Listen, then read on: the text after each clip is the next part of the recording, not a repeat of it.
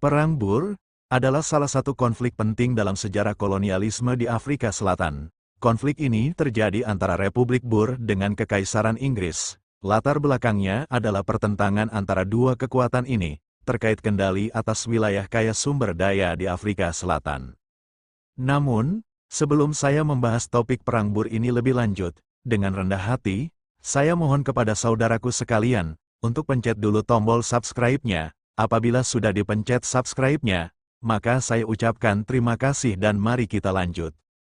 Republik Boer dibentuk oleh keturunan petani Belanda, Jerman, dan Prancis yang dikenal sebagai Afrikaner atau Boer. Mereka bermigrasi ke pedalaman Afrika Selatan, untuk menghindari kekuasaan Inggris, setelah Inggris mengambil alih Tanjung Harapan dari Belanda pada awal abad ke-19. Penemuan emas di Witwatersrand pada tahun 1886, dan berlian di Kimberley pada tahun 1867, menarik perhatian dunia, termasuk Inggris. Kekayaan mineral yang besar ini membuat wilayah Boer semakin strategis dan diincar oleh Inggris. Pada akhir abad ke-19, ketegangan antara Inggris dan Boer semakin memuncak, karena keinginan Inggris untuk menguasai sumber daya alam tersebut. Boer merasa terancam oleh kehadiran Inggris, yang semakin besar di wilayah mereka. Konflik utama dipicu oleh kebijakan Jamieson Right pada tahun 1895, sebuah upaya yang didukung Inggris untuk menggulingkan pemerintahan Boer di Transvaal. Meskipun gagal, insiden ini memperdalam kecurigaan antara kedua pihak. Perang Boer pertama terjadi pada tahun-tahun 1880 sampai tahun 1881. Ketika Boer memberontak melawan dominasi Inggris di Transvaal.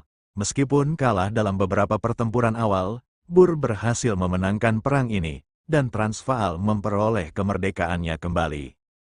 Perang Boer kedua, yang lebih besar dan lebih terkenal, berlangsung dari tahun 1899 hingga 1902. Ini adalah perang antara Inggris dengan dua Republik Boer, yaitu Transvaal dan Negara Bebas Oranye. Boer menggunakan taktik gerilya yang efektif dalam melawan pasukan Inggris yang lebih besar dan lebih baik diperlengkapi. Mereka mengenal medan dengan baik dan mampu bergerak cepat, menyebabkan kerugian besar pada pasukan Inggris. Untuk menghadapi taktik gerilya Boer, Inggris menerapkan strategi bumi hangus dan mendirikan kamp konsentrasi untuk menahan wanita, anak-anak, dan orang tua Boer. Tindakan ini menjadi kontroversial dan mengundang kecaman internasional. Meskipun kalah jumlah dan persenjataan, Boer menunjukkan perlawanan yang gigih. Mereka berhasil memanfaatkan medan pegunungan dan pengetahuan lokal mereka untuk menghambat gerak maju pasukan Inggris. Perang Boer dikenal karena kekejamannya, terutama tindakan Inggris yang menghancurkan pertanian dan desa-desa Boer, serta menahan keluarga mereka dalam kondisi buruk di kamp konsentrasi. Kamp-kamp konsentrasi Inggris menyebabkan banyak kematian, terutama di kalangan wanita dan anak-anak. Kondisi yang buruk, kurangnya makanan, dan penyebaran penyakit menyebabkan kematian sekitar 28.000 Boer, sebagian besar wanita dan anak-anak. Tindakan Inggris di kamp konsentrasi mendapat kecaman internasional. Banyak negara dan organisasi kemanusiaan yang mengutuk kebijakan ini dan memberikan bantuan kepada para tahanan Boer. Meskipun Boer menerima simpati dari berbagai negara, hanya sedikit yang memberikan dukungan militer. Banyak negara Eropa melihat Inggris sebagai kekuatan kolonial yang harus dihormati dan dihindari konflik langsung.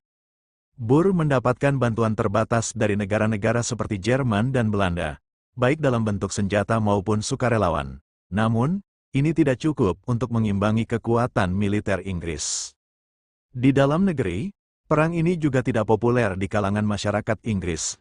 Banyak yang menganggapnya sebagai perang yang tidak adil dan mahal, baik dalam hal biaya manusia maupun keuangan.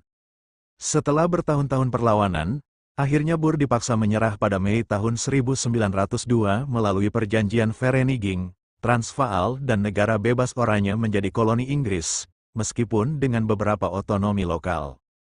Perang ini mengubah lanskap politik Afrika Selatan secara permanen.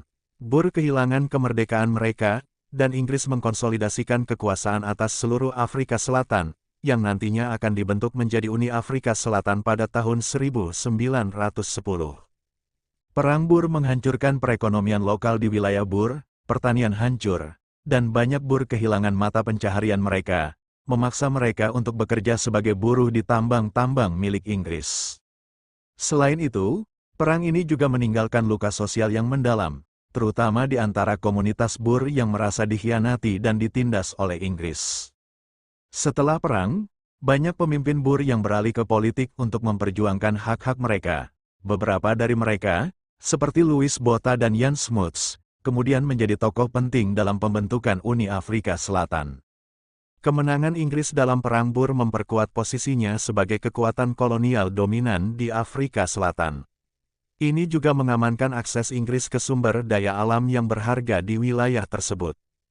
Perang Boer mempengaruhi kebijakan kolonial Inggris di seluruh dunia. Inggris mulai mempertimbangkan pendekatan yang lebih hati-hati dan diplomatis dalam menangani koloni mereka. Meskipun kalah, perang ini memicu kebangkitan nasionalisme Boer. Mereka mulai mengorganisir diri dalam partai politik dan gerakan untuk melindungi budaya dan bahasa mereka dari dominasi Inggris. Setelah perang, Inggris mencoba untuk menyerap komunitas Boer ke dalam sistem politik dan ekonomi mereka. Namun, ketidakpercayaan dan perbedaan budaya membuat proses ini berjalan lambat dan sulit. Perang ini juga mengubah peran militer Afrika Selatan dalam konflik global. Pasukan dari Afrika Selatan kemudian akan memainkan peran penting dalam Perang Dunia I di bawah bendera Inggris. Perang Boer dan kebijakan pasca perang mempengaruhi hubungan rasial di Afrika Selatan. Kebijakan apartheid yang muncul kemudian memiliki akar dalam upaya untuk mempertahankan dominasi Afrikaner di bawah sistem yang didominasi Inggris. Perang Boer dikenang dengan berbagai cara oleh komunitas Boer dan Inggris. Monumen didirikan untuk menghormati mereka yang gugur, dan perang ini menjadi bagian dari identitas nasional Afrikaner. Ketidakpuasan komunitas Boer terhadap dominasi Inggris akhirnya berkontribusi pada kebangkitan apartheid, sebuah sistem politik yang memisahkan dan mendiskriminasi berdasarkan ras, yang diberlakukan di Afrika Selatan dari tahun 1948 hingga 1994. Warisan Perang Boer adalah campuran antara kebanggaan dan trauma bagi komunitas Boer. Meskipun mereka akhirnya kehilangan kemerdekaan, perlawanan mereka menjadi simbol dari semangat Afrikaner yang gigih. Perang Boer telah menjadi subjek dari banyak studi akademis dan debat. Sejarawan terus menganalisis dampaknya terhadap kolonialisme, nasionalisme, dan kebijakan rasial di Afrika Selatan. Kisah-kisah Perang Boer juga telah mempengaruhi budaya populer, termasuk sastra, film, dan seni.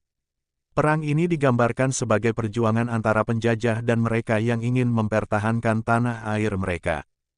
Perjanjian ini menandai berakhirnya Perang Boer, dengan syarat bahwa kedua Republik Boer mengakui kedaulatan Inggris, tetapi dengan janji otonomi politik di masa depan. Pada tahun 1910, koloni Inggris di Tanjung Harapan, Natal, Transvaal, dan negara bebas Oranye bergabung untuk membentuk Uni Afrika Selatan, sebuah dominion di dalam Kekaisaran Inggris. Dengan pembentukan Uni Afrika Selatan, era kemerdekaan Boer berakhir. Namun, identitas Boer tetap hidup dan terus memainkan peran penting dalam sejarah dan politik Afrika Selatan hingga hari ini. Perang Boer adalah salah satu konflik penting yang membentuk sejarah modern Afrika Selatan, meninggalkan warisan yang kompleks dan bertahan lama dalam politik, ekonomi, dan hubungan sosial di wilayah tersebut.